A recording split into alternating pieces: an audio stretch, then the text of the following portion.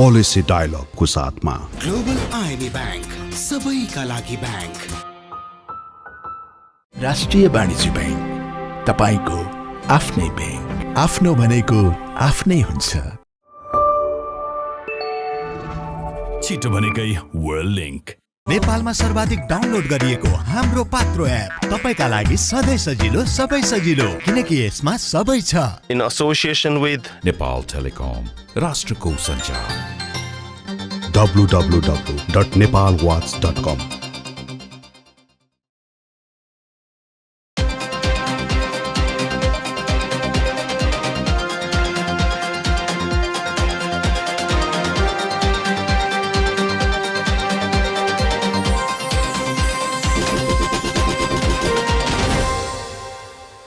नमस्कार, पोलिसी डायलगमा यहाँलाई स्वागत छ। म घनश्याम ओझा। नीति अनुसन्धान प्रतिष्ठानको सहकार्यमा नेपाल वाच मल्टिमिडियाले सञ्चालन गरेको यो कार्यक्रम समुन्नतिका लागि नीति निर्माणको सञ्चार पैरवी अभियान हो। यो अभियान अन्तर्गत गत साता हामीले 7 लाखभन्दा बढी कर्मचारीले सञ्चय गरेको कर्मचारी सञ्चय कोषको भावी रणनीति कस्तो हुने भन्ने सन्दर्भमा छलफल गर्यौँ र त्यही छलफललाई निरन्तरता दिँदै आज हामी अब कर्मचारी सञ्चय कोषलाई थप प्रभावकारी बनाउन कानुनी रूपमा कस्ता सुधारहरू गर्न सकिन्छ र यसलाई सुधार गरिकन कर्मचारीको अवकाश जीवनलाई थप सहज कसरी बनाउन सकिन्छ भन्ने सन्दर्भमा छलफल गर्न गइरहेका छौँ। र आजको छलफलमा हामीसँग हुनुहुन्छ कर्मचारी सञ्चय कोषका प्रमुख प्रशासक जितेन्द्र धिताल। यहाँलाई कार्यक्रममा स्वागत छ। यसै गरी हामीसँग हुनुहुन्छ राष्ट्रिय योजना आयोगका पूर्व उपाध्यक्ष तथा नेपाल राष्ट्र ब्याङ्कका पूर्व गभर्नर दिपेन्द्र बहादुर छेत्री। यहाँलाई स्वागत छ। हस्, धन्यवाद। सर्वप्रथम कर्मचारी सञ्चय कोषका प्रमुख प्रशासक जितेन्द्र धितालज्यूबाट सुरु गर्न चाहन्छु। अवकाश प्राप्त कर्मचारीहरूको अवकाश जीवनलाई बढी सुरक्षित बनाउनलाई कर्मचारी सञ्चय कोषको प्रभावकारिता कस्तो देख्नु भएको छ? धन्यवाद। सोसियल प्रोटेक्सन भनेको कुनै पनि राज्यले आफ्नो सम्पूर्ण नागरिकहरूलाई, चाहे त्यो इम्प्लोइमेन्टमा रहन् अथवा नरहन्, सबैको लागि चाहिँ सोसियल प्रोटेक्सन्सको चाहिँ अब स्किम्सहरू ल्याएर उनीहरूलाई प्रोटेक्ट गर्ने राज्यको दायित्व हो। यो हिसाबबाट सायद पहिला इम्प्लोइडबाट, किनभने राज्यको आफ्नो अनुसार चाहिँ इम्प्लोइडहरूलाई नै पहिला चाहिँ हेरौँ र उनीहरूको चाहिँ आफ्नो जीवनकालमा धेरै जसो टाइम उहाँहरूले काममा खर्च गर्नुहुन्छ। काममा खर्च गर्दाखेरि उहाँहरूको दैनिकी त्यही अनुसार चलेको हुन्छ र रिटायरमेन्ट पछि चाहिँ उहाँहरू अलिकति अब भलरेबल भइसकेपछि उहाँ प्लस उहाँहरूको परिवारलाई चाहिँ कसरी त्यसलाई चाहिँ सुरक्षित गर्न सकिन्छ, उहाँहरूको जुन कन्ट्रिब्युसन आफ्नो कालमा जुन नोकरी अवधिमा उहाँहरूले गर्नुभयो भन्ने कुराको कन्सेप्टमै राखेर यो चाहिँ कर्मचारी सञ्चय कोष चाहिँ विकास भएको र यो लगभग 61-62 वर्ष अगाडिदेखि। हुन त हामीले इतिहास हेर्ने भने त्योभन्दा अगाडि पनि स्पेसल्ली राणाकालमै सैनिकहरूको लागि चाहिँ अब उहाँहरूलाई अलिकति मोटिभेट गर्ने, भोलि केही भइहाल्यो भने पनि उहाँहरूको परिवारलाई चाहिँ भोलि चाहिँ सुरक्षित गराउने हिसाबबाट कन्सेप्टबाट यो आयो र हुँदाहुँदै यो चाहिँ अहिले इम्प्लोइड उहरूमा आएको छ। अब यसमा के छ भने यो राज्यले बिना कन्ट्रिब्युसन्स तपाईँको आफ्नो सर्भिस कालमा चाहिँ उहाँहरूले चाहिँ जुन किसिमबाट चाहिँ काम गर्नुहुन्छ त्यो बेलामा सञ्चित गरिएन भने भोलिको दिनमा उहाँहरूलाई प्रोटेक्ट गर्न चाहिँ राज्यले आफ्नै रिसोर्सेसहरू लिएर जाँदाखेरि चाहिँ अब त्यो राज्यलाई ठुलो भार पनि पर्न सक्छ। त्यसैले गर्दाखेरि उहाँहरूको सानो सानो बचतलाई चाहिँ राखेर भोलि उहाँहरू रिटायरमेन्ट गइसकेपछि त्यही बचत र त्यो उहाँहरूको सर्भिस कालभरिमा चाहिँ त्यो जुन बचत मोबिलाइजेसनबाट जति आउँछ त्यो पनि एडअप गरेर दिइसकेपछि चाहिँ रिटायरमेन्ट पछि चाहिँ उहाँहरूको 10, 15, 20 वर्ष जति उहाँहरूको जीवन उ रहन्छ त्यति बेलासम्म चाहिँ उहाँहरूलाई त्यही बचतबाट लिएर गएपछि चाहिँ भोलि राज्यले हेर्न सकिँदैन पर्दैन कि अथवा राज्यलाई दायित्व हुँदैन कि भन्ने कन्सेप्टबाट यो आएको छ। र यो प्रोभिडेन्ट फन्ड पनि यही हो। उहाँहरूले अहिले आफ्नो सर्भिस पिरियडभित्र काटिरहनुहुन्छ, काटिरहेपछि पछि रिटायर भएर गइसक्दाखेरि उहाँहरूले त्यो पैसा लिएर गइसकेपछि चाहिँ उहाँहरूको नियमित सोर्स रहँदैन, त्यति बेला चाहिँ उहाँहरूले यो मोबिलाइज गरेर लिएर जानुहुन्छ। यही नै हो। तर यसमा अझै अलिकति फरक पछिल्लो समयमा चाहिँ के छ भने अब प्रोभिडेन्ट फन्ड भनेपछि चाहिँ उहाँहरूले ठ्याक्क आफ्नो लिएर जानुहुन्छ। लिएर गइसकेपछि त्यसलाई चाहिँ रेगुलरली उहाँहरूको पेन्सन मोडल जस्तो चाहिँ रेगुलरली अथवा एन्युटी मोडल जस्तो रेगुलरली लिएर जाने भन्ने कुरो चाहिँ सञ्चय कोषमा हुँदैन। र अहिले बल्ल अब सरकारले चाहिँ कन्ट्रिब्युटरी पेन्सन सिस्टम चाहिँ ल्याएको छ। पछिल्लो समयमा चाहिँ तपाईँको चाहिँ अब सामाजिक सुरक्षा कोषमा आएर चाहिँ जम्मा गर, तर पछिल्लो समयमा चाहिँ नियमित रूपमा लिएर जाउँ भन्ने किसिमको कन्सेप्टहरू चाहिँ आएको छ। तर यसको सुरुवात र यसले अहिले जुन किसिमबाट काम गरिरहेको छ, डेफिनेटली यसले चाहिँ त्यो ग्रुप जो इम्प्लोइड छ र जसले आफ्नो चाहिँ सर्भिस पिरियडभित्र कन्ट्रिब्युट गरेको हुन्छ, राज्यलाई कन्ट्रिब्युट गरेको हुन्छ अथवा सोसाइटीलाई कन्ट्रिब्युट गरेको हुन्छ, त्यस चाहिँ उहाँहरूलाई भोलि आफ्नै कन्ट्रिब्युसनबाट चाहिँ भोलि लिएर जाने भन्ने कन्सेप्टमा चाहिँ यो ठिक हो।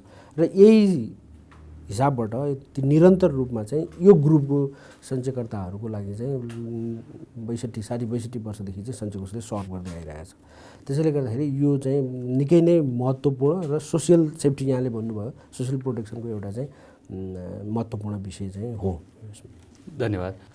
म चाहिँ अब राष्ट्रिय योजना आयोगका पूर्व उपाध्यक्षज्यू र कुरो गर्न सक्छु म जान्न चाहेँ। यहाँले हेर्दाखेरि चाहिँ वास्तवमा नागरिकको अवकाश जीवनलाई बढी सुरक्षित बनाउनको लागि कर्मचारी सञ्चय कोष लगायत चाहिँ कसरी चाहिँ हामी यस्ता कोषहरूबाट चाहिँ बढी सुरक्षित बनाउन सक्छौँ भन्ने यहाँलाई लाग्छ?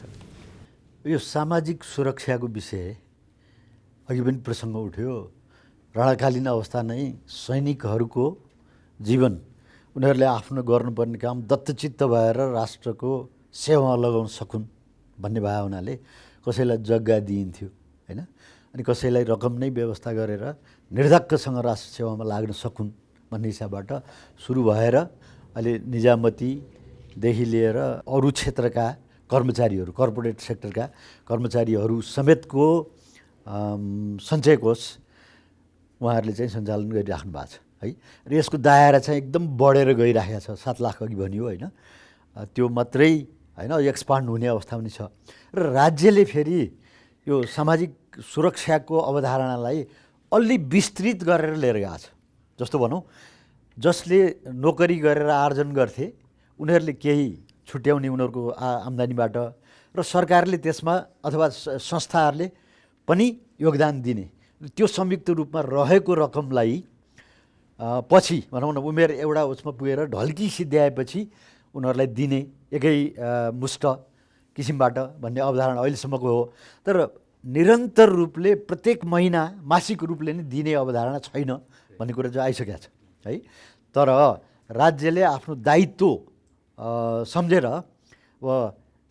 निश्चित उमेर पुगेकाहरू वर्गका मान्छेहरूको पनि अलिक कम उमेर भने अहिले चाहिँ 68 वर्ष पुगेपछि ज्येष्ठ नागरिक भत्ता भनेर पाउने भनिएको छ भने विभिन्न किसिमका महिलाहरू, अपाङ्गता भएका होइन, अनि भौगोलिक क्षेत्रमा अलिक पछाडि परेका ठाउँका जनताहरूको निमित्त उमेर नै कम गरेर यसरी समेटेको छ है। अब यो हेर्दाखेरि सामाजिक सुरक्षाको अवधारणा खालि के भने आफैले कन्ट्रिब्युट गरिराखेको कुरामा मात्रै सीमित रहेन, र त्यसैमा पनि सुधार भएर अब के हो भने सरकारले नराख्ने सम्बन्धित इम्प्लोयरको तर्फबाट, किनभने हामीले निजी क्षेत्रकाहरूलाई पनि सरिक गराएको हुनाले गर्ने भन्ने ढङ्गबाट आइसिदिएपछि यो अवधारणामा चाहिँ पहिलाको तुलनामा धेरै परिवर्तन आइसकेको छ। अब यो सञ्चय कोष ऐन भनेर जे भनिएको छ एउटा कालखण्डमा चाहिँ तयार गरियो होइन, त्यसले अब यी सबै कुराहरूलाई समेट्न सक्ने परिस्थितिहरू अब छैन भन्ने भए हुनाले सामूहिक ढङ्गबाट त्यसलाई चाहिँ परिमार्जित गर्नुपर्ने अवस्था छ भन्ने देखिँदो रहेछ। अब जहाँसम्म एकद्वार प्रणालीबाट सबै सामाजिक सुरक्षाका कुराहरू ल्याइनुपर्छ भन्ने पनि प्रसङ्ग उठ्यो नि त। तर यही बिचमा चाहिँ अरू 2-3टा संस्थाहरू पनि यसमा चाहिँ संलग्न गराइएको छ। जस्तो नागरिक लगानी कोष भन्यो, उहाँहरूले पनि यस्तै किसिमको काम चाहिँ गर्नुहुन्छ। यतापट्टि राष्ट्र सेवकहरूको भन्ने कुरा थियो, उनीहरूले चाहिँ अब निजी क्षेत्रकाहरूलाई पनि सहयोग के चाहिँ त्यसमा समावेश गरेर काम गर्ने भन्ने भए हुनाले अब यसमा दोहोरोपन पक्कै देखिया छ। त्यस कारणले त्यो एक समयमा बनाइराखेको कुराकानीहरूलाई सामूहिक किसिमबाट चाहिँ संशोधन गर्ने दिशामा जान सकियो भने काममा चुस्तता हुनसक्छ र त्यसले परिणाम पनि दिन सक्छ भन्ने मेरो भनाइ हो। हामी फेरि आउँछौँ त्यसमा। अब म फेरि कर्मचारी सञ्चय कोषका प्रमुख प्रशासकज्यूसँग गएँ। यहाँले पनि अघि विषय उठाउनु भयो कि सञ्चय गरेको रकम एकमुष्ट चाहिँ उसले पाउँछ, तर एकमुष्टले त फेरि उसलाई त सेफ्टी नेट त दिएन। आखिरी मान्छे अवकाश भइसकेपछि भोलि सञ्चय गरेको पैसा सबै निकालिसकेपछि त उसको बाँकी जीवन चाहिँ फेरि सुरक्षित रहन सक्ने कुनै ग्यारेन्टी भएन र यसलाई चाहिँ अघि यहाँले भन्नु एन्युटी भनेर एउटा शब्द प्रयोग गर्नुभएको छ त्यो बेसिकल्ली भनेको उसलाई अघि पूर्व गभर्नर साहबले भने जस्तै मन्थली रूपमा चाहिँ दिने गरिकन कुनै एउटा गर्न सकिन्छ कि पनि यसरी हामीले हेर्दा चाहिँ अहिले भइरहेको ऐनलाई हामी कसरी चाहिँ सुधार गरेर जान सक्छौँ होला अलिकति बताइदिनुहोस् न। अहिले यहाँले भन्नुभएको विषय चाहिँ वास्तवमै हामीले पनि सोचेको आजभन्दा करिब 4-5 वर्ष अगाडिदेखि नै अब हामी यही विषयहरूलाई चाहिँ लिएर गएर एउटा हामीले अध्ययनहरू पनि गराएको थियौँ होइन। यहाँले भन्नुभएको कुरा चाहिँ एकदम ठिक हो किनभने अब यो सञ्चय कोषको मोडल जुन छ त्यो अनुसार चाहिँ के छ त भन्दा अब एकमुष्ट रूपमा लिएर जाँदाखेरि अब जो अलिकति फाइनेन्सियल्ली अब साउन्ड छ अथवा उसले गर्न सक्छ उसले त त्यो पैसाको लगेर उपयोग गर्ला होइन। तर अधिकांश मान्छेहरूको त्यो हुँदैन किनभने अब सर्भिस पिरियडमै पनि अब हाम्रो रोजगारीको अवस्था अथवा हाम्रा चाहिँ अब मतलब आयहरूको एउटा हेर्दाखेरि उहाँहरूले आफ्नो जीवनकालमै रोजगारी गर्दाखेरि नै धेरै आवश्यकता पुरा गर्न उहाँहरूलाई गाह्रो पर्ने अवस्थामा चाहिँ उहाँहरू पहिल्यै त्यो ओभर चाहिँ दायित्वबाट हुनुहुन्छ भने त्यो लिएर गएपछि उहाँहरूले फेरि त्यसलाई सेभ गरेर चाहिँ गर्नुहुन्छ भन्ने हुँदैन। त्यो अवस्थामा चाहिँ के छ भने अब ठिक छ उहाँहरूले आफूले अब त्यो समयमा चाहिँ सञ्चित गरेको चिज त लिएर जानुभयो तर त्यसले चाहिँ उहाँहरूको जुन बाँकी लाइफ छ त्यति बाँकी लाइफमा चाहिँ त्यसले प्रोटेक्ट गर्छ अथवा उहाँहरूलाई कुनै किसिमको चाहिँ सजिलो गराउँछ भन्ने कुरा चाहिँ अलिकति अप्ठ्यारो नै हो। र यो हाम्रो कन्टेक्स्टमा मात्रै होइन यो वर्ल्डमै यो कुरा भएर आजकै दिनमा पनि हामीले हेर्दाखेरि कम्तीमा मलाई लाग्छ 10-12वटा देशहरूमा मात्रै यो प्रोभिडेन्ट फन्डको कन्सेप्ट छ। अरू सबै ऊहरूमा बिस्तारै उहाँहरू यो पेन्सनको मोडलमा गइसक्नु भएको छ। अब यो एन्युटी भनेको पनि लगभग एउटा पेन्सनकै हो।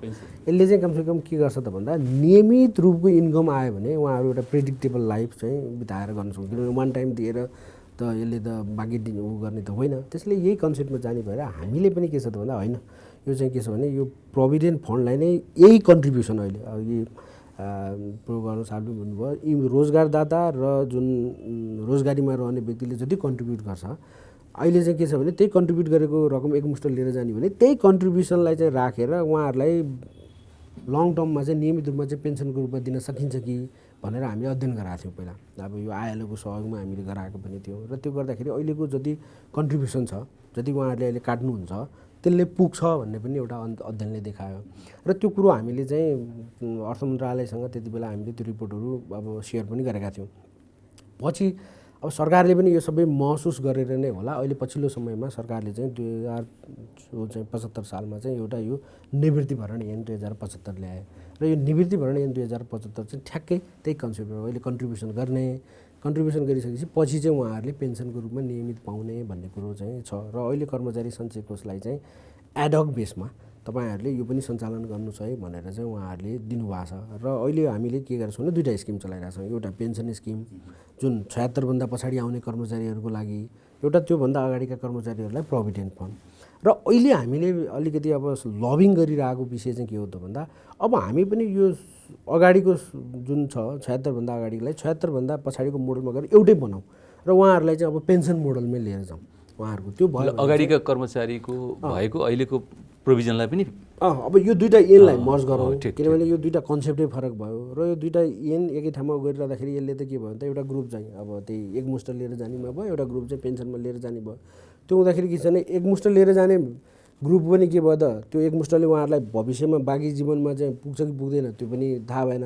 जो कन्ट्रिब्युट गरेर चाहिँ पेन्सन लिएर गएको छ त्यो आजको कन्ट्रिब्युसनले उहाँहरूलाई त्यो पेन्सन धान्छ कि धान्दैन त्यसको पनि कुनै ग्यारेन्टी भएन भनेपछि त यो दुईटालाई एकै ठाउँमा मर्ज गरेर एउटा स्ट्रिमलाइन उसमा चाहिँ कति कन्ट्रिब्युट गर्यो भने उसले बाँकी जीवन भनौँ अब उहाँहरू 15, 20, 25, 30 कति वर्षसम्म बाँच्नुहुन्छ रिटायरपछि त्यति बेलासम्म चाहिँ उहाँहरूलाई चाहिँ पेन्सन गर्न सकिन्छ कि। आज त राज्यले त आफ्नो कर्मचारीहरूलाई त कन्ट्रिब्युसन नगरेका कर्मचारीहरूलाई त उहाँहरूलाई पालिरहेछ लामो समयसम्म भनौँ। आज हामीले हेर्ने भने सरकारी कर्मचारीहरू रिटायर भएपछि अथवा कुनै संस्थाका कर्मचारी रिटायर भएपछि पेन्सन त उहाँहरूलाई त सरकारले त मतलब ती निकायहरूले त दिइरहेछ भनेपछि त्यो चिजलाई आज कन्ट्रिब्युट गरेर राख्ने भने त त्यो लोड पनि कम पर्यो होइन। अनि एउटा फाइनेन्सियली सस्टेन पनि भयो भन्ने हिसाबबाट हामी चाहिँ अहिले के गरिरहेछौँ त भन्दा यो दुईवटा ऐनलाई मर्ज गरेर अगाडि बढाउनुपर्छ है भनेर चाहिँ हामी लागिरहेछौँ। यसमा सरकार पनि अलिकति पोजिटिभ त देखिरहेछ। तर यहाँनिर मैले जोड्न तपाईँलाई अलिकति खोजेको त यो अब के भने यो अलिकति पोलिसीमा चाहिँ हाम्रो अलिकति काहीँ चाहिँ कन्फ्युजन जस्तो। जस्तै अब सञ्चय कोषले जुन किसिमको चाहिँ काम गरिरहेछ त्यही काम अब नागरिक लगानी कोषको हिसाबबाट पनि त्यहाँ छ, त्यही काम अब एसएसएफको हिसाबबाट पनि छ भनेपछि अब हामीले चाहिँ एउटा सोच चाहिँ के बनाउनु पऱ्यो भने जुनसुकै निकाय भए पनि आखिर त्यो त एउटा त्यो ग्रुपलाई प्रोटेक्ट गर्ने नै हो। त्यसैले गर्दाखेरि त्यो प्रोटेक्ट गर्ने कुरा इम्पोर्टेन्ट हो, तर निकाय भन्ने कुरा चाहिँ इम्पोर्टेन्ट होइन भन्ने कन्सेप्टबाट चाहिँ यी सबै कुराहरूलाई क्लियर गरेर जानुपर्ने चाहिँ आवश्यकता छ। पूर्व गभर्नर साहबसँग चाहिँ यो अघि यहाँले पनि उठाउँदै हुनुहुन्थ्यो कि कर्मचारी सञ्चय कोष थियो, त्यसपछि नागरिक लगानी कोष, त्यसपछि फेरि सामाजिक सुरक्षा कोष, यस्ता खालका विभिन्न कोषहरू चाहिँ आए र हेर्दाखेरि चाहिँ फेरि के हो भने यी कोष बिचै प्रतिस्पर्धा जस्तो देखिन्छ। र अब आखिरी अल्टिमेटली राज्यको उद्देश्य भनेको त के देखिन्छ भन्दाखेरि नागरिकको जीवनलाई बढी सुरक्षित बनाऊ, उसको रिटायरमेन्ट पछाडिको जीवनलाई सुरक्षित बनाऊ, एउटा लोक कल्याणकारी राज्यले सोच्ने कुरा पनि त्यही। हुन त सके उसले जीवनभर कुनै न कुनै माध्यमबाट ट्याक्स तिरेर आउँछ राज्यलाई, उसको रिटायरमेन्ट लाइफ चाहिँ राज्यले अन्य अरू सेफ्टी नेटहरू चाहिँ उसले डेभलप गरेर गर्नुपर्ने थियो। तैपनि एउटा चाहिँ यो कोषको निर्माण गरेर जान भनेर चाहिँ सुरुवात भयो, 19को ऐन ल्याएर गरियो। अब पछि चाहिँ यस्ता विभिन्न कोषहरू चाहिँ आए, यसले अझ बढी कन्फ्युजन ल्याए जस्तो चाहिँ देखियो। यहाँ प्रमुख प्रसादजीले पनि त्यही भन्नुभयो, अलिकति यसमा यहाँले बताइदिनुहोस्। सबै हाम्रा यी एक्सर्साइजहरूको अन्तिम लक्ष्य भनेको के त भन्दाखेरि यो सेवाग्राहीहरूलाई सजिलोसँग उनीहरूको दिनचर्यालाई सहज बनाउनको निमित्त दिइने योगदानहरू हो भन्ने लाग्छ है। अब सञ्चय कोषकै कुरा गर्दाखेरि एकमुष्ट रकम दिने प्रचलन भए हुनाले उनले चाहिँ त्यो लगानी गरेर मैले कहाँबाट फाइदा पाउन सक्छु भनेर हेर्छन् र निजी किसिमको निर्णय गर्दा अहिले सहकारीहरूको जुन समस्या आइरहेको छ त्यो सबै पैसा लगाएर त्यहाँ राखिदिए। अब अहिले त्यो सबै पैसा चाहिँ गडबड भइदिएको कारणले गर्दाखेरि उनी बिल्ली बाँड्छन्। औषधि गर्नको निमित्त उनीहरूसँग पैसा छैन, डे टु डे खर्च चलाउनको निमित्त पनि पैसा नभएको अवस्था छ। त्यस कारणले यो कन्सेप्टले झन् जोखिम रहेछ भन्ने कुरो बुझ्नुपर्ने भयो। अब कन्ट्रिब्युटरीको कुरा आइसिदिएपछि प्रत्येक महिना जस्तै दिन सक्ने गरी लैजाँदैछौँ, त्यो कन्सेप्ट राम्रो पनि हो। तर यहीँनिर आएपछि यो सामाजिक सुरक्षाको उसमा चाहिँ के छ भन्नुहुन्छ भने ऐन नियमावलीले नै प्रत्येक क्वार्टरमा दिने भन्दो रहेछ।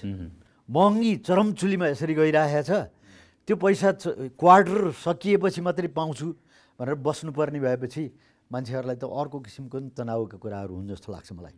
सरकारले नै ह्यान्डल गर्दाखेरि यी सबै कुराहरू समस्याकै रूपमा रहन्छ।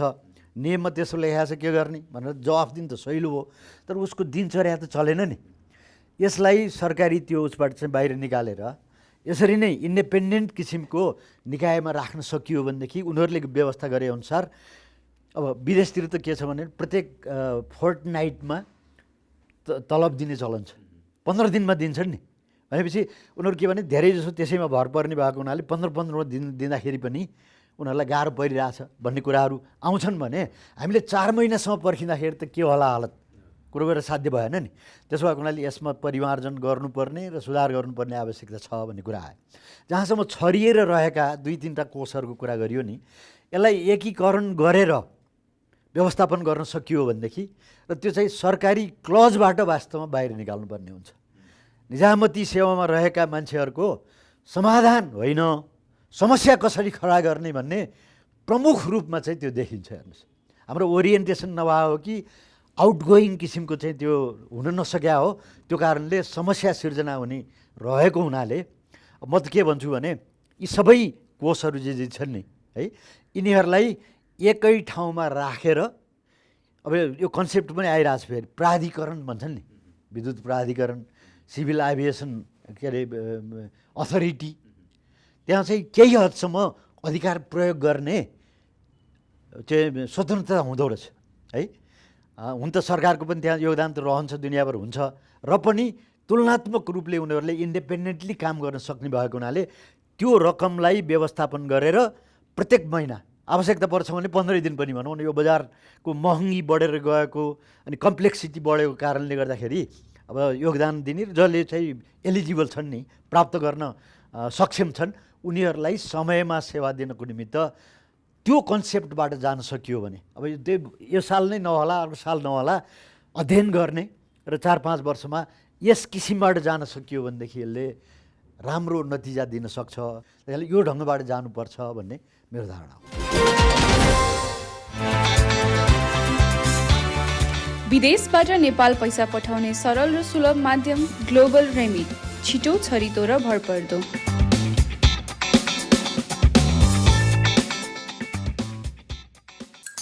अरूको त थाहा भएन, तर नेपाल टेलिकमले भने फाइबर इन्टरनेट उही पैसामा 250% सम्म बढी दिन्छ।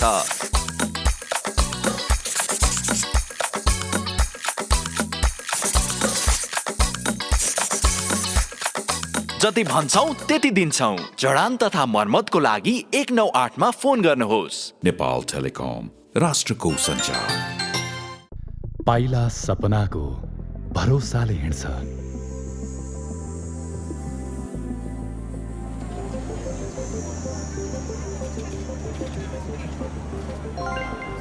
कठिन भए नि आफ्नो सपना आफ्नै हुन्छ।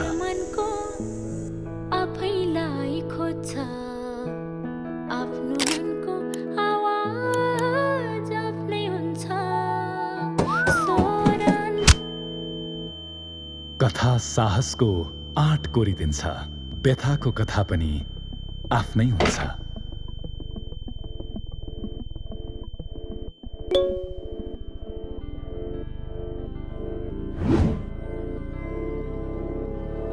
आफ्नै सुन्ने, आफैलाई खोज्ने नयाँ युगमा पनि आफ्नो भनेको आफ्नै हुन्छ।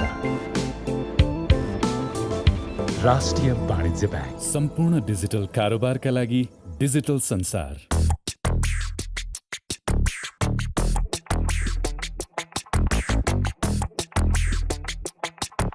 It's always fun when you hit the road, making turns in the brand new Tiago EV, and it's fully charged, getting miles is easy on the go. Go EV with Tiago EV, go EV with Tiago EV. Beauty with twist, future of streets. Tiago EV is hard to beat. Na na na na, boom gum drive madam, saki boom down rides upon. Naya EV, मेरो Tiago EV, from the lights are super fun. Elders love it, so do the young. It's safe, it's grateful, gets the fun. Go EV, with Tiago EV, go EV, with Tiago EV. Beauty with beast, future of streets. Tiago EV is hard to beat. Na na na na.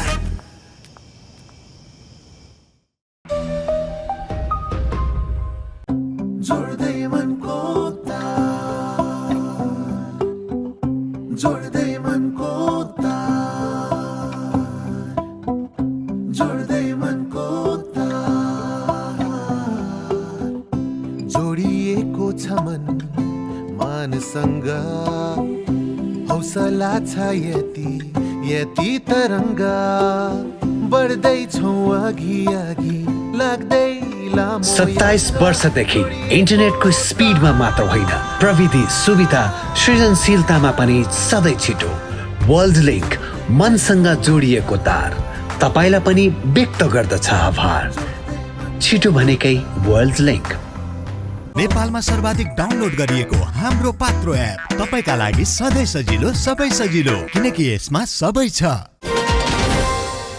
म फेरि जितनज्यूसँग गएँ। यो अहिले पूर्व गणसाले भन्नुभयो नि, एउटा integrated independent body बरु प्राधिकरण नै चाहिँ गरियो भने अलिक बढी चाहिँ अधिकार चाहिँ रहन्छ र यसले उसको प्रभावकारिता चाहिँ बढ्छ। यो तीनवटै कोषलाई एउटा हेर्ने गरिकनको भन्ने खालको कन्सेप्ट चाहिँ भन्नुभयो। यो के सम्भव छ यसरी जानलाई? देवेन साल भन्नुभएको कुरा यो धेरै नै इम्पोर्टेन्ट कुरा हो। यो वास्तवमा सम्भव होइन कि यो गर्नुपर्ने विषय नै हो, किनभने अब सम्भव त अब यो कुरा यसलाई त अब गर्न चाह्यो भने। तर अहिले तपाईँलाई म उदाहरण धेरै भन्छु यो विषयमा चाहिँ किन यस्तो जरुरी पनि छ यो कुरा भनेर। जस्तै के छ भने सञ्चय कोषलाई नै उदाहरण राखौँ पहिला। सबभन्दा फर्स्टमा सञ्चय कोषलाई राख्दाखेरि सञ्चय कोषको फन्ड साइज अहिले तपाईँको अब 7 लाख सञ्चयकर्ताहरूको यत्रो 62-63 वर्षको कोषको इतिहास हुँदाखेरि हामी कमसेकम 7 अर्ब खर्बको हाराहारीको एउटा पोर्टफोलियो म्यानेज गर्ने संस्था भएको छौँ। अब यसो बाहिरबाट हेर्दाखेरि के छ भन्दा अब यो त तपाईँको चाहिँ वित्तीय संस्था हो, पैसा यत्रो विधि छ मार्केटको उसमा होइन। अब यसलाई आफ्नो मोबिलाइज पनि गर्नुपर्ने छ, किनभने त्यो कमिटमेन्टहरू त पुरा गर्नुपर्ने छ होइन। तर यो त अब एउटा नर्मल ब्याङ्क अथवा अरू अघि अब गभर्मेन्ट्सहरूको भन्दा पनि यो त एउटा कस्टोडियन हो भने यसको दायित्व त अरूको भन्दा त भयङ्कर ठुलो छ नि त। ती मान्छेहरूको पैसालाई प्रोटेक्ट गरेर उहाँहरूलाई सकुशल चाहिँ लिएर जानुपर्ने अवस्था छ होइन। अब यो अवस्था सञ्चय कोषको छ भने त्यस्तै अर्को कोषको भएपछि त यिनीहरूलाई चाहिँ अहिलेको वित्तीय बजार जोखिम अथवा हरेक कुराहरू हेर्दाखेरि चाहिँ तपाईँहरू भनेर चाहिँ अरूभन्दा अलिकति फरक तरिका हो है। तपाईँहरूले यो गर्नुहुने यो नगर्ने हुने यसरी जाने, यसले चाहिँ भोलि चाहिँ सोसियली प्रोटेक्ट गर्ने त्यो ग्रुपहरूलाई चाहिँ यो किसिमबाट प्रोटेक्ट गर्छ भनेर वाच गर्ने एउटा सेपरेट निकाय भयो भने डेफिनेटली यो ठाउँमा आउँछ। हुन त फेरि अहिले त्यो वाच गरेको छैन भने होइन, अहिले ती जति पनि संस्थाहरू छ कोषहरू छन्, चाहे त्यो नागरिक कोष होस्, सञ्चय कोष होस् अथवा सामाजिक सुरक्षा कोष होस्, सबै अटोनोमस उसको रूपमा आफ्नो एउटा सेल्फ इनबाट रेगुलेटेड छन्। तर यसरी रेगुलेटेड भइरहँदाखेरि पनि जसरी एउटा अब त्यसैको लागि डेडिकेटेड एउटा चाहिँ जुन संस्था हुन्छ त्यसमा एक्सपर्टहरू हुन्छन्, उनीहरूले चाहिँ बेस्ट प्र्याक्टिसहरू हेर्छन् होइन र अनि त्यो अनुसारको चाहिँ मापदण्डहरू बनाउँछन्। अनि त्यसले गर्दाखेरि जुन किसिमको चाहिँ यसमा चाहिँ अलिकति प्रभावकारिता आउँछ त्यो डेफिनेटली अहिलेको अवस्थामा अलिकति खड्किरहेको अवस्था पनि हो। अहिलेसम्म रिस्क त छैन, तर भोलिमा गएर यो रिस्क नहोला भन्न त सकिँदैन।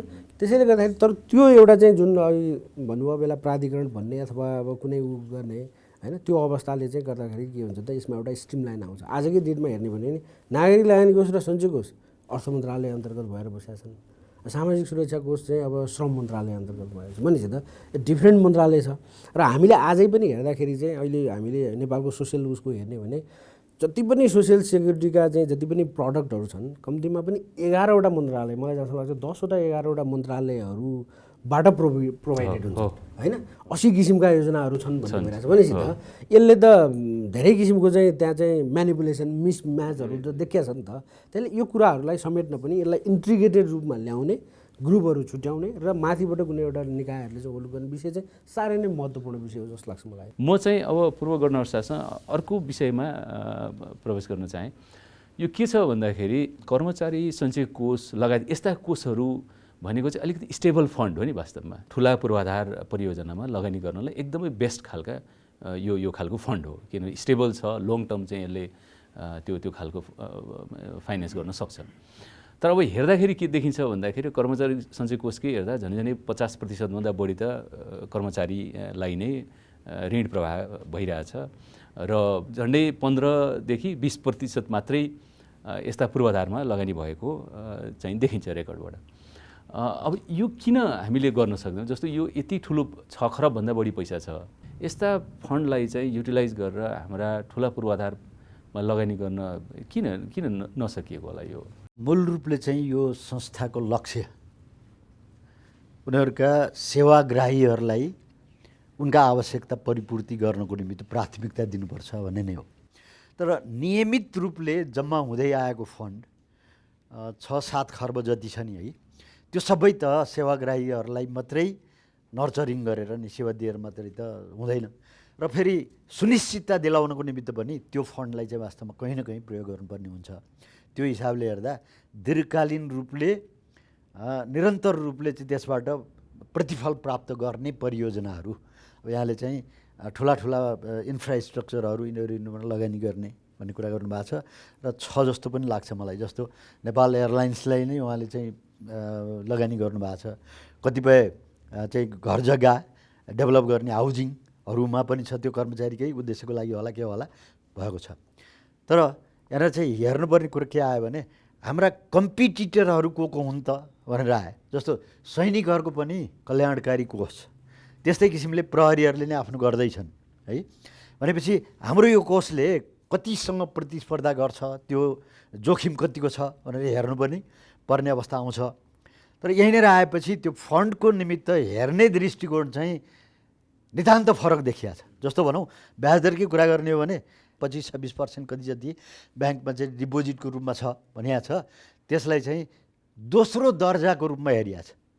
निजी मतलब इन्डिभिजुअललाई तपाईँले चाहिँ 6% दिने भन्नुभयो भने यो सम्झौतित बचत उहाँहरूको अनि नागरिक लगानी कोषको होइन यस्ताको लागि चाहिँ 1% तलै दिने भनेको छ नि। तर बजारको हिसाबले हेर्ने हो भने त तपाईँको खल्तीबाट निकालेको रुपियाँ र यस्ता कोषहरूबाट आएको पैसाको त एकै किसिमको रेटिङ हुनुपर्ने हो नि त, होइन र? काम त त्यही काम गर्छ नि त। भने डिस्क्रिमिनेटरी कति कुराहरू चाहिँ यसमा छन्।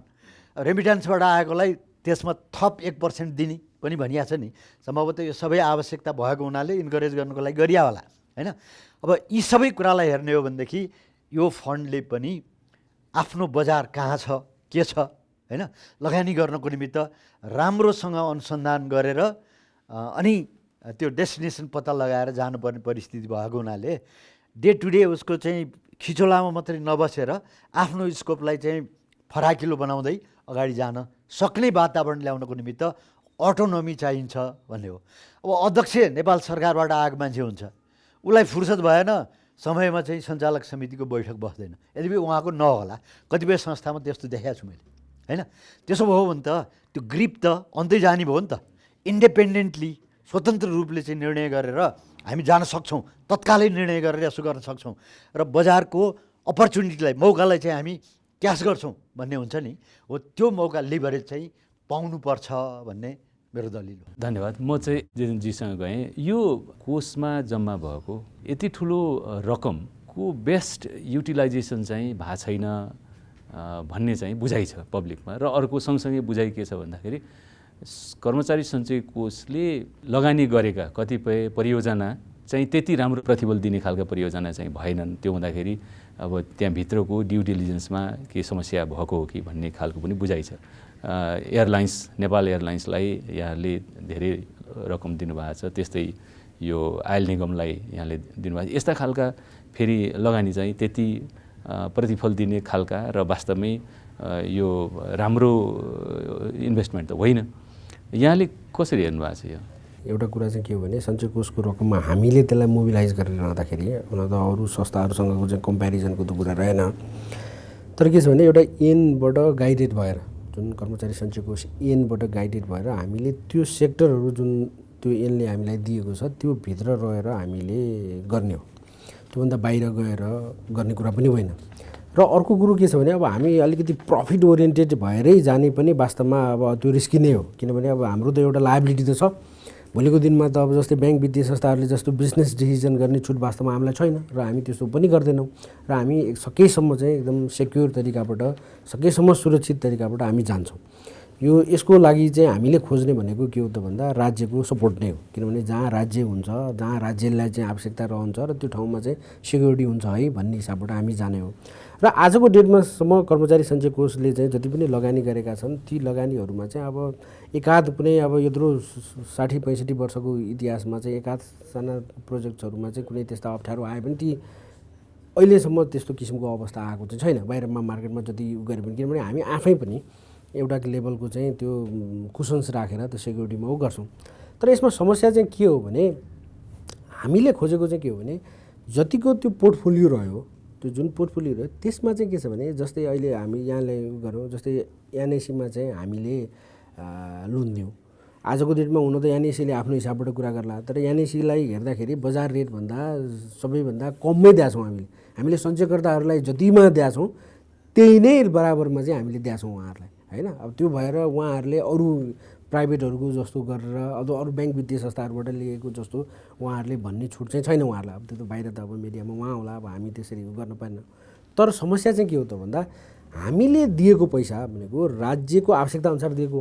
त्यति बेला पनि राज्यले चाहिँ ग्यारेन्टी गरेर चाहिँ ल गर्ने भने हामीले चाहिँ आयल निगमलाई पनि राज्यको चाहिँ एउटा जमानतमा दियौँ, होइन? तामाकोसी चाहिँ राष्ट्रिय प्राथमिकता प्राप्त प्रोजेक्ट भनेर चाहिँ हामीले दियौँ। भनेपछि यो ठाउँमा चाहिँ के छ भने होइन यत्रो ठुलो लगानीहरूमा चाहिँ अलिकति सञ्चय कोषले अगाडि बढेर गर्नुपर्छ भने चाहिँ यसले मार्केट चाहिँ बढायो, त्यो काम पनि भयो। तर त्यो भइसकेपछि चाहिँ अब इन्डिपेन्डेन्टली अब फर्दर चाहिँ तिमी आफै गर भनेर भनिदिँदाखेरि चाहिँ हामीलाई समस्या पर्यो। त्यसमा त के छ भने राज्यले ओनरसिप लिएर त त्यो त्यहाँ जुन अब जस्तै वायु सेवा निगमले अहिले चाहिँ पैसा तिर्न सकेका छैन भन्ने भइसकेपछि त किन सकेका छैन त सञ्चय कोषको पैसा, त्यो किन तिर्न सकेन र यसलाई कसरी तिराउने भन्ने दायित्व सोच्ने दायित्व त सरकारको पनि त हो नि त, होइन? धन्यवाद। म अब फेरि पूर्व गभर्नर साहबसँग गएँ। यो हामीले संरचनाहरू चाहिँ धेरै धेरै बनाउँदै जान थाल्यौँ। हरेक सरकार आउने एउटा संरचना ल्याउने, अर्को आउने र यहाँले अघिको प्रसङ्गमा चाहिँ पनि भन्नुभयो यो संरचनाले चाहिँ दोहोरोपन, उनीहरूको म्यान्डेटमा दोहोरोपन, फङ्सनमा चाहिँ समस्या ल्याउने। अब यो वास्तवमा यस्ता खालका धेरै संरचना बनाउनुको सट्टामा एउटै संरचनाको दायरा बढाएर जान सकिन्थ्यो होला नि त। यो किन चाहिँ यसरी गइएन र यो यहाँको धारणा के छ?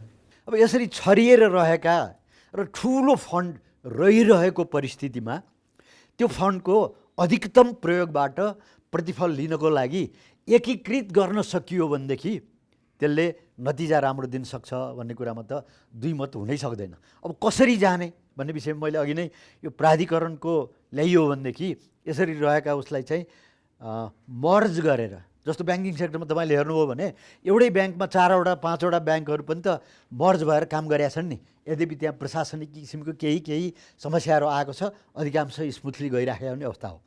त्यहीँनिर आएपछि जुन संस्थाले जे काम गरिरहेछन् प्रकृति अनुसार उहाँहरूलाई पनि इन्टरनल अटोनोमी दिएर, जस्तो ल ठिकै छ त्यो सार्वजनिक यो चाहिँ सुरक्षा कोष भनेर जुन पछिल्लो चरणमा आइरहेछ, सरकारले ह्यान्डल गरिरहेछ, नागरिक लगानी कोष अनि त्यहाँबाट सञ्चय कोष, त्यसैको मातहतमा जाओस् नि त।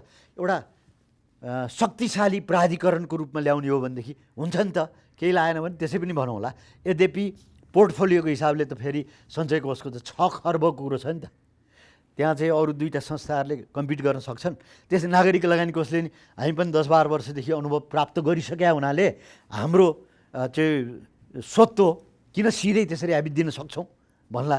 त्यसमा चाहिँ के भने उहाँहरूले गरिराखेको कामको लागि इन्टरनल अटोनोमी सहित एडजस्ट गरेको क्रममा जान सकियो भनेदेखि मलाई लाग्छ यसले त्यो फन्डको पनि राम्रो सदुपयोग हुनसक्छ, सेवाग्राहीले पनि समयमा सेवा पाउन सक्छन् र यसले चाहिँ वेलफेयर राज्य भन्छौँ नि, कल्याणकारी राज्यको वास्तवमा अनुभूति दिलाउन सक्छ भन्ने मेरो धारणा हो। विदेशबाट नेपाल पैसा पठाउने सरल र सुलभ माध्यम ग्लोबल रेमिट, छिटो, छरितो र भरपर्दो।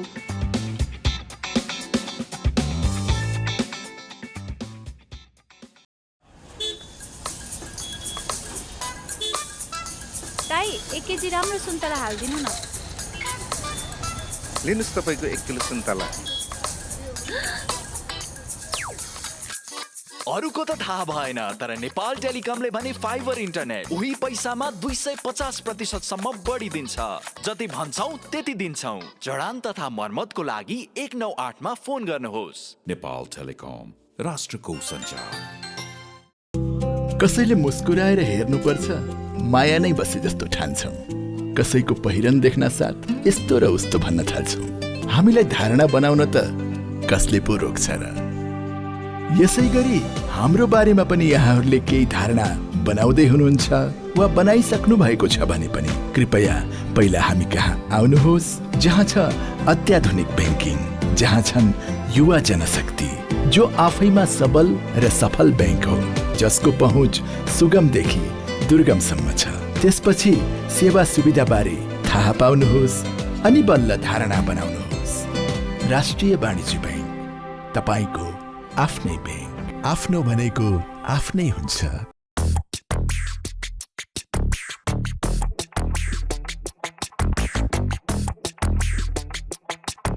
It's always fun when you hit the road, making turns in the brand new Tiago EV, and it's fully charged, getting miles is easy on the go. Go EV with Tiago EV, go EV with Tiago EV. Beauty with twist, future of streets. Tiago EV is hard to beat. Na na na na, boom can drive madam, saki doom down rides upon. Naya EV, मेरो Tiago EV, and the lights are super fun. Elders love it, so do the young. It's safe, it's playful, gets the fun. Go EV with Tiago EV, go EV with Tiago EV. Beauty with twist, future of streets. Tiago EV is hard to beat. Na na na na.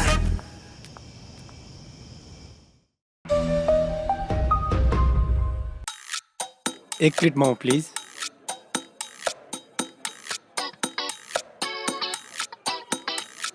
हजुरको 1 plate momo. अरूको त थाहा भएन, तर नेपाल टेलिकमले भने fibre internet उही पैसामा 250% सम्म बढी दिन्छ। जति भन्छौ त्यति दिन्छौ। जडान तथा मर्मतको लागि 198 मा फोन गर्नुहोस्। नेपाल टेलिकम, राष्ट्रको सञ्चार। जोड्दै मनको तार, जोड्दै मनको तार, जोड्दै मनको तार, जोडिएको छ मन मानसँग, हौसला छ यति यति तरङ्ग, बढ्दैछौँ अघि अघि लाग्दै 27 वर्षदेखि इन्टरनेटको स्पिडमा मात्र होइन, प्रविधि सुविधा सृजनशीलतामा पनि सधैँ छिटो। वर्ल्ड लिङ्क, मनसँग जोडिएको तार, तपाईँलाई पनि व्यक्त गर्दछ आभार। छिटो भनेकै वर्ल्ड लिङ्क।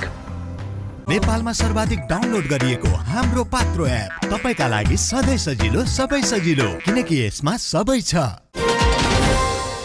जितनज्यूसँग गएँ। यो अफोर्डेबल हाउसिङको कन्सेप्ट यहाँले लिएर आउनुभएको थियो र मलाई लाग्छ एउटा फेजको यहाँले अफोर्डेबल हाउसिङ बनाएर दिनु पनि भएको थियो, जसले चाहिँ वास्तवमै कर्मचारीलाई अलिकति कम लगानीमा घर प्राप्त हुने र यसले चाहिँ उहाँहरूको अवकाश जीवनलाई पक्कै पनि सहज बनाउने यो कन्सेप्ट थियो। तर यो बिचैमा यो धेरै कन्टिन्यू हुन पाएन यो कन्सेप्टले, र सँगसँगै यहाँहरूले चाहिँ सोचिरहनु भएको यो सहरी पूर्वाधारमा हामी लगानी गर्न एकदमै इच्छुक छौँ भनेर यहाँले धेरै पटक चाहिँ यहाँले भनिरहनु भएको छ। र यो अलिकति त्यो अफोर्डेबल हाउसिङको कुरा पनि अलिकति बताइदिनुहोस्, र अर्को चाहिँ किन रोकियो र सहरी पूर्वाधारमा यहाँहरूले जान कसरी सोचिरहनु भएको छ अलिकति बताइदिनुहोस् न। अब यो के छ भने सञ्चय कोषको ऐनलाई अहिले हामीले हेर्ने हो भने सञ्चय कोषको ऐनको एकदम बेसिक सुरुवातदेखि नै उसले के गर्छ त भन्दा यो सोसियल सेक्युरिटी जुन छ आफ्ना इम्प्लोइ मतलब कर्मचारीहरूलाई दिने भनेको त्यसमा आवास पनि पर्छ। र ऐनमा हेर्ने भने ऐनमा धेरै ठाउँमा के लेखिरहेछ भने यसले चाहिँ एउटा न्यूनतम चाहिँ तपाईँको अफोर्डेबल किसिमको हाउसिङ आवासहरू चाहिँ आफ्ना सञ्चयकर्ताहरूलाई अथवा उहाँहरूको नोकरी पिरियडमा दिन्छ भन्ने नै छ। र हामीले हेर्दाखेरि पनि के छ भने एउटा जागिरे मान्छेलाई के हुन्छ भने उसको घाँस बाँस कपासको नै हुन्छ भनेपछि हाम्रो जस्तो उसमा चाहिँ के छ भने आफैले एउटा उबाट गएर आफैले जग्गा किनेर घरहरू बनाएर गर्दाखेरि लगभग एउटा जागिरको फर्स्ट चिन्तन नै त्यही हुन्छ। पहिला बस्नु पऱ्यो, फ्यामिली सेटल गर्नु पऱ्यो भनेपछि उसको त्यो लाग्दाखेरि उसको प्रोडक्टिभिटी रहन्छ। हामीले बाहिरतिर हेर्ने हो भने इभन उदाहरणै गर्दाखेरि हामीले चाहिँ सिङ्गापुरतिर हेर्ने हो भने त्यहाँ सिङ्गापुरमा 80% जति चाहिँ जम्मै तपाईँको चाहिँ यो रेजिडेन्सियल ऊहरू हाउसिङ कर्मचारीहरूको लागि अथवा आम पिपल्सहरूको लागि चाहिँ त्यो चाहिँ प्रोभिडेन्ट फन्डबाट बनाइएको हुन्छ, गभर्मेन्टसँग कोलाबरेट गरेर। त्यहाँ एउटा विशेष मतलब मेकानिजम छ। र त्यसलाई अहिले मैले जोड्न खोजेको के छ भने यहाँनिर चाहिँ सञ्चय कोषमा पनि त्यो कुरो सायद त्यही कन्सेप्टबाट आएको भएर हो। अनि सञ्चय कोषलाई पनि एउटा के छ त भन्दा त्यही भएर जग्गाको जुन हदबन्दीको कुरो छ ऐनले नै यसलाई हदबन्दी चाहिँ छोडिदिएको छ। तिमीलाई यो हदबन्दी लाग्दैन है, तिम्रो काम चाहिँ बेसिसले तिमीले आफ्नो सञ्चयकर्ताहरूलाई प्रोटेक्ट गर्नलाई चाहिँ आवासको पनि एउटा काम गर भन्ने हो। र यो अनुसार हामीले 2057 सालतिर चाहिँ पोखरामा एउटा हाउसिङ गराएको थियौँ। धेरै राम्रो थियो, त्यो धेरै उ थियो। तर त्योभन्दा पछाडि चाहिँ हामीले त्यो गर्न सकेनौँ, हाउसिङ गर्न सकेनौँ। र पछिल्लो समयमा हामीले अहिले चाहिँ चितवनमा एउटा गर्न खोज्दैछौँ। त्यो चितवनमा अहिले गर्न खोज्छौँ। सायद सम्भवतः अब यो 81-82 मा हामी त्यसको सुरुवात गर्छौँ होला। यो 82 को आर्थिक वर्षमा हामी सुरुवात गर्छौँ होला। तर यो बिचमा किन यो ल्यागिङ भयो भन्ने कुरा चाहिँ तपाईँलाई गर्दाखेरि अब हाम्रो भनेको हामी कहाँ जति पनि कन्ट्रिब्युटर्सहरू हुनुहुन्छ उहाँहरू भनेको रोजगारीमा गर्ने सरकारी कर्मचारीहरू उहाँहरूको सेन्ट्रिक कहाँ हुने भयो भने अर्बानमा हुने भयो, उहाँहरू अर्बानमा हुने भयो। अब हामीलाई यसले के गर्छ भने हामी त्यो स्किमहरू अथवा जति पनि बेनिफिटहरू छ त्यो चाहिँ बाहिर जान सक्दैनौँ, कन्ट्रिब्युटर्सहरूमा मात्रै गर्छौँ जे गरे पनि। अब अर्बानमा उहाँहरूको इन्सिक भएपछि उहाँहरूलाई आवास प्रोभाइड कहाँ गर्नु पऱ्यो भने हामीले अर्बान एरियामै प्रोभाइड गर्नु पऱ्यो। तर नेपालको रियल इस्टेट तपाईँले देख्नु भएको छ हाउसिङ गर्न यहाँ चाहिँ जग्गा किनेर घर बनाउनलाई चाहिँ अब सञ्चय कोषले जग्गा किन्यो प्राइभेट उहरूसँग गऱ्यो, अब त्यो सम्भवै छैन, अफोर्डै गर्न सक्दैन एउटा कर्मचारीले होइन त्यो हिसाबबाट। अब गभर्मेन्टसँग त्यस्तो किसिमको चाहिँ अलिकति ल्यान्डहरू भएर ल तपाईँमा यहाँ चाहिँ आवास बनाइदिनु नि त तपाईँले, यो चाहिँ कर्मचारीहरूको लागि चाहिँ तपाईँले उ गरिदिनु न। यसको मेकानिजम जे पनि हुनसक्छ। जस्तै अहिले चाहिँ मासिक रूपमा चाहिँ तपाईँको चाहिँ कर्मचारीहरूबाट चाहिँ जुन कट्टी भइरहेछ त्यस्तै उहाँको सर्भिस कार्डबाट कट्टी भइरहेको छ, उहाँलाई त कमसेकम आवासको लागि चिन्ता त गर्नु पर्दैन नि त, तपाईँहरूले बनाइदिनुहोस् भन्ने त्यस्तो किसिमको चाहिँ भन्ने सक्ने अवस्था छैन। र सञ्चय कोष आफैले जग्गा पनि किन, प्राइभेट उसँग पनि किन, घर पनि बनाऊ र सञ्चयकर्ताहरूलाई चाहिँ एकदम अफोर्डेबल प्राइसमा देऊ भन्ने त त्यो त अहिलेको अब हाम्रो यो सहरी उसको हिसाबबाट त त्यो त सम्भव नै नहुने कुरा भयो। त्यसै कारणले गर्दाखेरि पनि सञ्चय कोष पनि यसको विकल्प चाहिँ के हुनसक्छ त भन्ने विषयमा चाहिँ हामी सोचिरहेछौँ। र लास्ट टाइम हामीले सरकारसँग एउटा रिक्वेस्ट पनि के गरिरहेछौँ भने जस्तै यो सिटी डेभलपमेन्टका कुराहरू आइरहेछ, उ गरिरहेछ, स्थानीय निकायसँग अथवा नेपाल सरकारसँग पुलिङ मेकानिजमबाट हुन्छ कि अथवा सरकारले नै काहीँ चाहिँ ल्यान्ड चाहिँ प्रोभाइड गरेर ल त्यहाँ चाहिँ अब तपाईँले मल्टी स्टेजहरू बनाउनुहोस्, कर्मचारीहरूलाई चाहिँ त्यो अनुसार चाहिँ व्यवस्था गर्नुहोस् भनेर हुन्छ कि भन्ने विषयमा चाहिँ हामी छलफल गर्दैछौँ। तर त्यसको निकास निस्केको चाहिँ छैन। तर यो आवश्यकता चाहिँ किन हो भने 57 सालदेखि आजको डेटसम्म कर्मचारी सञ्चय कोषले करिब 40,000 सञ्चयकर्ताहरूलाई चाहिँ आवासको सुविधा दिएछ, यो चाहिँ लोनको हिसाबबाट। किनभने उहाँहरूले जग्गा किन्नुहुन्छ अनि त्यहाँ चाहिँ सञ्चय कोषले चाहिँ लोन दिन्छ, उहाँहरूले लिनुहुन्छ, लोन लिनुहुन्छ। 57 सालदेखि आजसम्म चाहिँ यदि त्यो हेर्ने हो भने त 40,000 इम्प्लोइडहरूले त आवासको सुविधा त पाउनुभयो नि त उहाँले।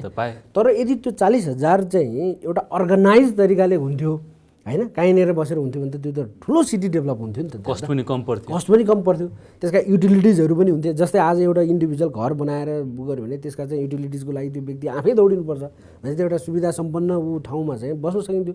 भनेपछि सञ्चय कोषले जुन काम गरिरहेछ गर्ने नै त्यही हो। तर त्यो चाहिँ मेकानिजम अब जुन अहिले चाहिँ हामीले चाहिँ उहाँहरूलाई आवास एउटा न्यूनतम उसमा दिन नसक्नुको कारण चाहिँ के हो त भन्दा अब हामी चाहिँ एज अ लोनको मोडलमा आफैले हिसाबबाट जानु पऱ्यो, हामीलाई त्यो ल्यान्ड एभाइलेबल भएन भन्ने कुरा नै हो। त्यसैले गर्दाखेरि सञ्चय कोष अहिले पनि यदि त्यो अवस्था भयो, फेभरेबल भयो भने आफ्ना सञ्चयकर्ताहरूलाई आवासको सुविधाबाट सोसियल जुन प्रोटेक्टको जुन ऊ छ त्यो स्किममा जान त हामी त हरदम तयार नै छौँ। हामीले एउटा कम्पनी पनि बनाएको छौँ, 100% सब्सिडियरी कम्पनी। यसले चाहिँ आवासमा क्षेत्रमा चाहिँ केही गर्न सक्छ कि भनेर हामीले चाहिँ अहिले एउटा बनाएर विगत 2-3 वर्षदेखि हामी त्यसमा चाहिँ वर्कआउट पनि गरिरहेछौँ। तर यी कारणहरूले गर्दाखेरि चाहिँ चाहेर पनि अब यो जुन अहिले मैले भनेको 2टा प्रोजेक्टहरू भनौँ, एउटा चितवनमा एउटा उसमा चाहिँ त्यो चाहिँ सञ्चय कोषले धेरै अगाडि नै गभर्मेन्ट निकायहरूसँग आफैले सस्तो दाममा किनेको थियो र त्यही मूल्य राखेर उसले चाहिँ त्यहाँ घर बनाएर दिँदाखेरि एकदम अफोर्डेबल सबैलाई प्राप्त गर्न सक्ने अवस्था अब सञ्चय कोषसँग छैन प्रपर्टी, नयाँ ल्यान्ड नभइकन फेरि बनाउन सक्ने अवस्था पनि रहेन। त्यसैले यो चाहिँ समस्या एउटा चाहिँ म पूर्व गभर्नर साहबसँग जान चाहेँ। वास्तवमा यसो हेर्दाखेरि नि हाम्रो अहिलेकै अवस्थामा नेपालमा एउटा कर्मचारीको खर्चलाई हामीले हेर्ने हो भने, एउटा कर्मचारीको अवस्थालाई हेर्ने हो भने उसको रेन्टमा जाने खर्च, छोराछोरी केटाकेटीको विद्यालयको खर्च, खाने खर्च सबै जोड्ने हो भने महिना मरेपछि कर्मचारीको हातमा लगभग 0 अमाउन्ट चाहिँ रहन्छ। किनकि हाम्रो लिभिङ कस्ट यति धेरै महँगो भइरहेछ, विद्यालय खर्च यति धेरै महँगो भइरहेछ भने अब उसको जीवनमा भोलि कुनै एउटा रोग लाग्यो भने उसँग कुनै केही उपाय नै हुँदैन, ऊ सिधै त्यो मृत्युको प्रतीक्षा नै गर्ने हो। त्यो अवस्था छ अहिले हेर्दाखेरि आम कर्मचारीको अवस्था यो छ भने अब लोक कल्याणकारी राज्यले त वास्तवमा एउटा मानिस कर्मचारी प्रत्यक्ष अप्रत्यक्ष रूपमा सरकारलाई उसले कन्ट्रिब्युट गरिरहेछ भने उसको अवकाशपछिको जीवन त सहज हुनुपर्ने हो र अवकाश नहुँदै पनि सहज हुनुपर्ने हो।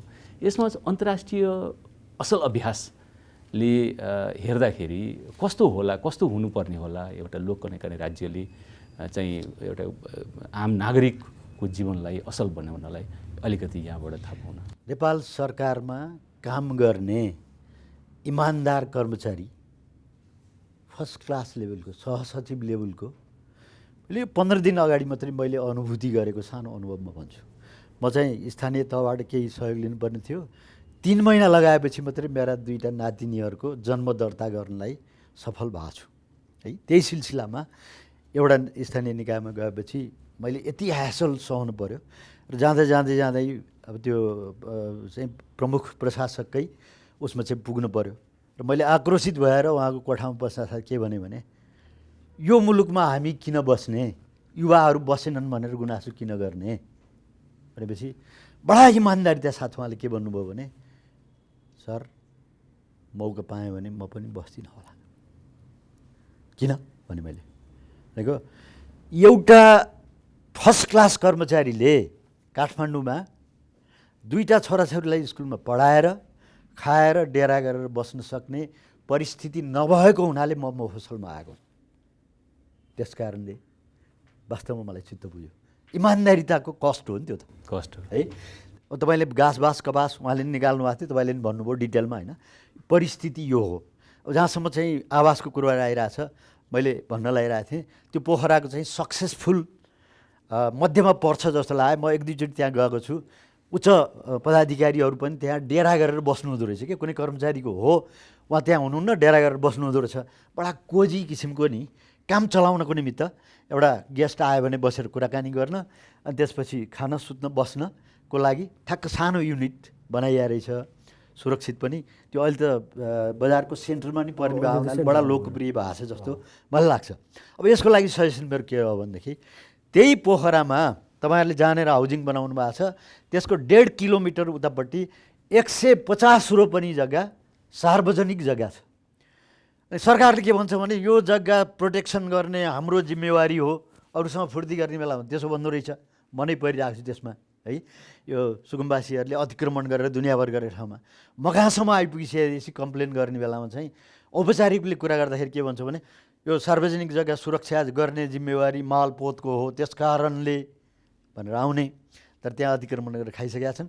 150 रोपनी जग्गा अहिले पनि सार्वजनिक रूपमा रहेको हुनाले यदि तपाईँहरूले सरकारलाई एप्रोच गरेर सङ्गठित ढङ्गबाट डेभलप गर्न सकिने, सरकारलाई पनि चित्त बुझाएछ भनेदेखि त्यो पोखराको एरियामा त्यसो हुनसक्छ र अरू धेरै ठाउँमा यस्ता सम्भावनाहरू हुनसक्छन्, है। यति मात्रै भने अब वास्तवमा यो जिम्मेवारी त सरकारले लिने हो नि त। तपाईँले भन्नुभयो एकजना परिवारका सदस्यलाई ठुलो रोग लागेछ भने उसको अरू परिणति केही हुँदै होइन, ऊ चाहिँ बिचरा नतमस्तक भएर सरेन्डर गर्ने भए उसी भए छैन, अरू उपाय छैन। अहिले सरकारले माइन्युटली भनौँ न एकदम माइक्रो लेभलबाट हेरेर जाने हो भनेदेखि उहाँहरू जस्तै संस्थासँग चाहिँ कोअर्डिनेट गरेर अधिकतम हामीले फाइदा के कसरी दिन सक्छौँ भन्ने ढङ्गबाट जान सकियो भने त्यसलाई घाँस बाँस र कबास अहिलेको तलबकै कुरा गर्ने हो भने नि मेन्टेन गर्न सक्ने परिस्थिति छैन भन्ने कुरो त हामीले यसभन्दा पनि भन्यौँ। बाँसको मात्रै केही व्यवस्था हुन सक्यो भने धेरै राहत हुनसक्छ भन्ने पनि कुरा हो। दुर्गम अलिकति भनौँ 2-4 के अरे माइल पर रहेछ भने पनि त्यो कनेक्टिभिटी भन्छौँ नि, ट्रान्सपोर्टेसनको कनेक्टिभिटी राखेर जान सकियो भनेदेखि मलाई लाग्छ त्यसले धेरै ठुलो सुविधा कर्मचारीहरूलाई दिन सक्छ भन्ने मेरो धारणा हो। धन्यवाद। अब हामी कार्यक्रमको अन्तिममा आएछौँ। म यहाँलाई अन्तिम प्रश्न सोध्न चाहन्छु। जागिरेको जीवन बडो भल्नरेबल छ नेपालमा, होइन? अझ ऊ चाहिँ डेरा लिएर बस्नु परेको छ भने त उसको जीवन असाध्यै भल्नरेबल देखिन्छ। उसको रेन्ट, उसको फुडको कस्ट, केटाकेटीको खर्च, यी सबै हेर्दाखेरि चाहिँ ऊ असाध्यै भल्नरेबल लाइफ उसले बिताइरहेको हुन्छ भने एउटा कर्मचारी सञ्चय कोषको हिसाबले असल अभ्यासलाई यहाँहरूले कसरी चाहिँ यो समेटेर लाने सोच राख्नु भएको छ? यो अहिले ऊ चाहिँ हेर्दाखेरि यस्तो यो सोसियल सेक्युरिटी जुन छ, यो अब सञ्चय कोष, नागरिक कोष अथवा जुन अवकाशपछिको, यसले जुन हिसाबबाट इम्प्लोइड, मैले यो इम्प्लोइडको मात्रै कुरा गरेँ, यो एउटा ग्रुप रह्यो। अर्को ग्रुप जुन छ जो आम नागरिकहरूको अथवा अनइम्प्लोइडको, त्यसको लागि त फेरि अर्को छुट्टै नै छ। मैले यही ग्रुपको बारेमा चाहिँ कसरी भने बाहिरतिर हेर्दाखेरि अघि हामीले गर्दाखेरि जस्तै ऐनकै प्रावधानअनुसार हामीले 2टा सेक्टर्समा लगानी गर्छौँ। एउटा के छ भन्दा जसको कन्ट्रिब्युसन्स हामीले पाएका छौँ कन्ट्रिब्युटर्सहरूलाई पनि दिने। यो कन्ट्रिब्युटरहरूलाई पनि दिने किन त भन्दा अघि नै हामीले कुरा निकाल्यौँ, जो मान्छे अहिले चाहिँ तपाईँको चाहिँ हाम्रो उसमा रोजगारमा छ, तर रोजगारमा हुँदाखेरि पनि उहाँले मासिक रूपमै रोजगारीको चाहिँ तलब पाउनु भएछ भने नि उहाँको सबै आवश्यकता, उहाँको एउटा सेटलमेन्ट अथवा उहाँहरूलाई कहाँ उ गर्ने अवस्था हुँदैन। त्यस्तो अवस्थामा चाहिँ कमसेकम उहाँहरूको यो पुल फन्ड हुन्छ, यो पुल फन्डबाट उहाँहरूलाई पनि अलिकति दियो भने उहाँले त्यो पिरियडमा पनि आफ्नो अलिकति केही आवश्यकताहरू पुरा गर्न सक्नुहुन्छ। एउटा चाहिँ अब रिटायरमेन्ट भइसकेपछि उहाँले पुरा गर्ने भन्ने कुरा हो। त्यसैले गर्दाखेरि यसको एउटा पोर्सन जुन छ, यो जति पनि फन्ड्सहरू हुन्छ, यो फन्डको एउटा पोर्सन चाहिँ उहाँहरूप्रति नै समर्पित हुने एउटा कुरा हो। त्यो गर्नुपर्ने पर्छ र प्र्याक्टिस पनि त्यही छ र हामीले पनि त्यो गरिरहेछौँ। अब अर्को फ्याक्टर भनेको चाहिँ के हो त भन्दा, अर्को फ्याक्टर भनेको चाहिँ यसले त फेरि यो त रेगुलरी जम्मा भइरहने। आज रेगुलरली जम्मा भयो भने यो पैसा त सर्टेन रिटायर भएपछि सर्टेन एज भएपछि चाहिने हो भनेपछि त त्यो बेलामा त यदि त्यो फन्डलाई चाहिँ अर्को कुनै इन्फ्रास्ट्रक्चर्सहरू अथवा अर्को कुनै डेभलपमेन्टका उहरूमा राख्यो भने त त्यसले त त्यो ग्रुपभन्दा बाहिरका ग्रुपहरू पनि त लाभान्वित भएर आयो त होइन। त्यसैले त्यो पनि यसको उद्देश्य हो। त्यही भएर बाहिरतिर चाहिँ के छ भने यो प्र्याक्टिस गर्दाखेरि यो दुइटै ब्यालेन्सिङ गरेर चाहिँ यसको चाहिँ फन्ड्सहरू चाहिँ मोबिलाइज गरिन्छ। अब यसका इन्टरनल्ली कुराहरू गर्ने, यसका चाहिँ अब यसलाई चुस्त दुरुस्त बनाउने, सुरक्षित बनाउने, एकदम सेवालाई प्रभाव गराउने कुराहरू त यिनीहरू त छँदैछन् नै। त्यो बाहेक पनि यसको दुईवटा अनुसार चाहिँ अन्तर्राष्ट्रिय प्रयास योजना हुन्छ र हामी पनि त्यही हिसाबबाट गइरहेछौँ। हाम्रो चाहना पनि त्यही हो। तर हाम्रो चाहना सँगसँगै चाहिँ के छ भने यो इन्फ्रास्ट्रक्चरको पाटो चाहिँ अलिकति केही कम भयो कि अथवा हामी एक्लैले मात्रै यो इन्फ्रास्ट्रक्चरको पाटोमा चाहिँ अलिकति अगाडि बढ्न नसकेका हो कि यहाँनिर चाहिँ अलिकति अब काहीँ चाहिँ अब राज्यको सपोर्ट चाहिँ चाहिने हो कि अथवा एउटा विशेष किसिमको चाहिँ नीति निर्माणहरू चाहिएको हो कि भन्ने कुरा चाहिँ हाम्रो हो। अदरवाइज हामीले चाहिँ यो प्र्याक्टिस अनुसार नै यो चाहिँ हिसाबबाट एउटा सर्टेन त्यो ग्रुप जसले कन्ट्रिब्युट गरिरहेको छ उहाँहरूलाई पनि एउटा आफ्नो सेवाको समयमा अथवा सेवाभन्दा यहाँले जुन राज्यसँगको अपेक्षा थोरै भन्नुभयो नि वास्तवमा कस्तो खालको अपेक्षा राख्नु भएको छ? जस्तै हामीले अहिले भनिरहेको कस्तो छ भने तपाईँको हाम्रो ऊ छ के छ भने आजसम्म चाहिँ हामी एज अ कस्टोडियन छौँ। कस्टोडियन सँगसँगै हामी फन्ड म्यानेजर पनि छौँ होइन। अब हामी फन्ड म्यानेजर हुँदाखेरि हामीले के छ त भन्दा हामीले मन फुकाएर त्यो फन्डलाई म्यानेज गरेर ल हामी अगाडि बढाएर यसलाई चाहिँ म्याक्सिमम रिटर्न दिउँ भनेर भन्न पनि हामीलाई गाह्रो छ। किनभने समयकाल परिस्थिति यस्तै छ र हाम्रो इकोनोमिक कन्डिसन पनि त्यस्तो छ। अब नगरौँ, हामीसँग के छ त भन्दा त्यो चिजहरू चाहिँ रहिरहेछ तर त्यो त वास्तवमा काहीँ मोबिलाइज भइएन भने त पैसा त फेरि त्यत्तिकै वेस्ट हो नि त त्यो त होइन। यस्तो चिजमा चाहिँ अब हामीले अन्तर्राष्ट्रिय प्र्याक्टिस चाहिँ के भनेको भने हामीले जति पनि कन्ट्रिजहरूको हेर्छौँ त्यसमा चाहिँ के छ भने दुई किसिमको एउटा कुरा चाहिँ के छ भने सरकारले नै एउटा कुनै त्यस्तो संयन्त्र बनाइदिएर त्यो संयन्त्र मार्फत मोबिलाइज गर्छ फन्ड होइन, या त सरकारले लिन्छ। जस्तै इन्डियाको कुरा गर्ने हो भने एउटा सर्टेन ल 6% चाहिँ तपाईँहरूको जुन कन्ट्रिब्युटर छ उहाँहरूलाई ग्यारेन्टेड पैसा चाहिँ मलाई ल्याऊ भनेपछि उहाँहरूले त्यो पैसा सबै लिएर जानुहुन्छ र उहाँहरूले रोडमा उसमा सबमा चाहिँ युटिलाइज गर्नुहुन्छ र अनि त्यसको रिटर्न चाहिँ दिइसकेपछि के यता डेभलपमेन्टको काम पनि भयो होइन, यतातिर तपाईँहरूको उहाँहरू सञ्चयकर्ताहरू पनि लाभान्वित हुनुभयो। अर्को तरिकाको चाहिँ के छ त भन्दा होइन ल यसरी डाइरेक्टली हामी चाहिँ सरकारले नै तान्नुभन्दा अब के छ त भन्दा कुनै एउटा मेकानिजममा चाहिँ जस्तै अब सेन्ट्रल ब्याङ्क हुन्छ अथवा डेभलपमेन्ट बोन्ड्सहरू चाहिँ निकालेपछि त्यो डेभलपमेन्ट ब्याङ्कको एउटा मिनिमम रेटमा राखेपछि त्यो चाहिँ लिएर गएर त्यसलाई चाहिँ अर्को ठाउँमा चाहिँ युटिलाइज गर्ने भन्ने किसिमको हुन्छ। यो पाटोमा चाहिँ हामीले अलिकति फरक नगरेर होइन तपाईँहरू नै मोबिलाइज गर्नुहोस् भनेर भनिदिँदाखेरि चाहिँ हाम्रो चाहिँ के हुनु पर्यो भन्दा धेरै जसो फोकस चाहिँ सञ्चयकर्ताहरूतिर मात्रै गयो। किनभने अब उहाँहरूको आवश्यकता पनि रहिरह्यो अनि हामीलाई पनि के भयो त भन्दा हेर्दाखेरि चाहिँ अब त्यो अलिकति सुरक्षित पनि रह्यो प्लस त्यो आवश्यकता पनि रह्यो। अनि यतापट्टिको पाटो चाहिँ के भयो त भन्दा अब फरक तरिकाले हेर्नुपर्ने भयो भने अब फेरि हामीलाई चाहिँ ठुला इन्भेस्टमेन्ट प्रोजेक्टहरू अथवा चाहिँ इन्फ्रास्ट्रक्चर प्रोजेक्टहरू त राज्य अगाडि नबढ्ने त सम्भव हुने कुरो छैन।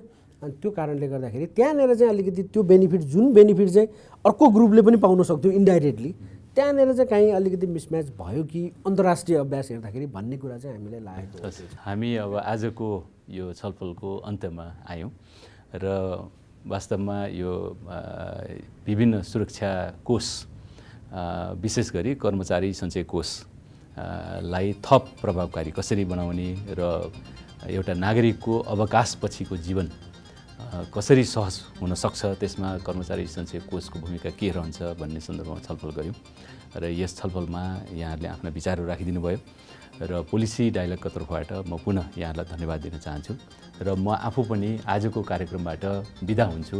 धन्यवाद, नमस्कार।